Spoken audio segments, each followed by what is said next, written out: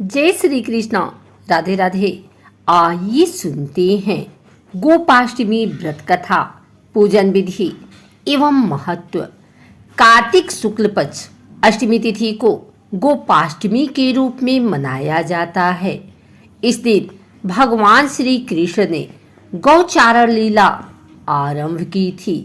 इस दिन बछड़े सहित गाय का पूजन करने का विधान है। इस दिन प्रातःकाल उठकर नित्य कर्म से निवृत्त होकर स्नान करते हैं। प्रातःकाल ही गौओं और उनके बछड़ों को भी स्नान कराया जाता है।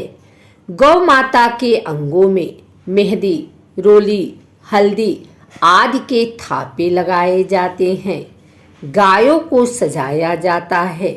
प्रातःकाल ही धूप, दीप, पुष्प, अक्षत, रोली, गुड़, जलेबी, वस्त्र और जल से गौ माता की पूजा की जाती है और आरती उतारी जाती है। पूजन के बाद गौग्रास निकाला जाता है। गौ माता की परिक्रमा की जाती है। परिक्रमा के बाद गौओं के साथ कुछ दूर तक चला जाता है। भगवान ने जब छठे वर्ष की आयु में प्रवेश किया, तब एक दिन भगवान माता यशोदा से बोले, मैया अब हम बड़े हो गए हैं। मैया यशोदा बोली, अच्छा लल्ला, अब तुम बड़े हो गए हो तो बताओ अब क्या करें। भगवान ने कहा, अब हम बछड़े चराने नहीं जाएंगे, अब हम गाय चराएंगे। मैया ने कहा, ठीक है, बाबा से पूछ लेना। मैया के इतना कहते ही झट से भगवान नंद बाबा से पूछने पहुंच गए। बाबा ने कहा, लाला अभी तुम बहुत छोटे हो, अभी तुम बछड़े ही चराओ। भगवान ने कहा, बाबा अब मैं बछड़े नहीं गाय ही चराऊंगा। जब भगवान नहीं माने तब बाबा बोले, ठीक है लाला, तुम पंडित जी को बुला लाओ, वह गौचारण का मुहूर्त देखकर बता देंगे।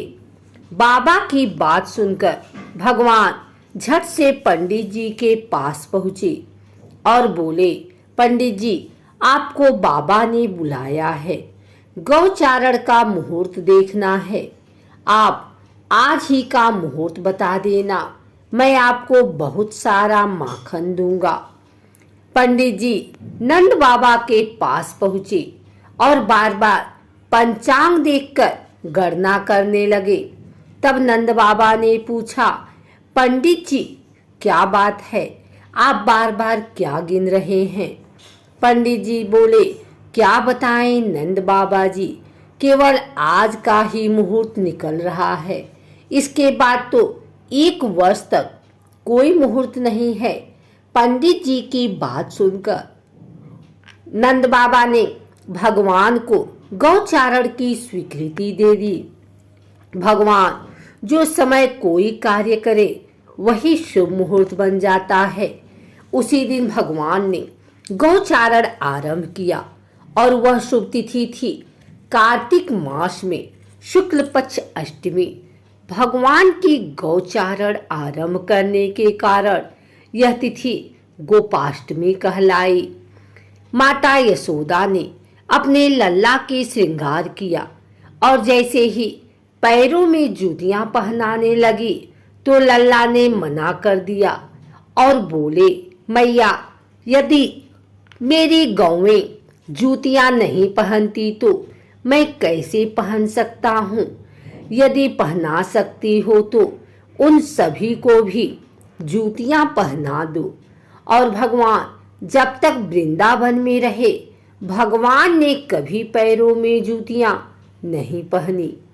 आगे आगे गाय और उनके पीछे बांसुरी बजाते भगवान, उनके पीछे बलराम और श्री कृष्ण के यश का गान करते हुए ग्वाल गोपाल इस प्रकार से विहार करते हुए भगवान ने उस वन में प्रवेश किया। तब से भगवान की गौचारण लीला का आरंभ हुआ।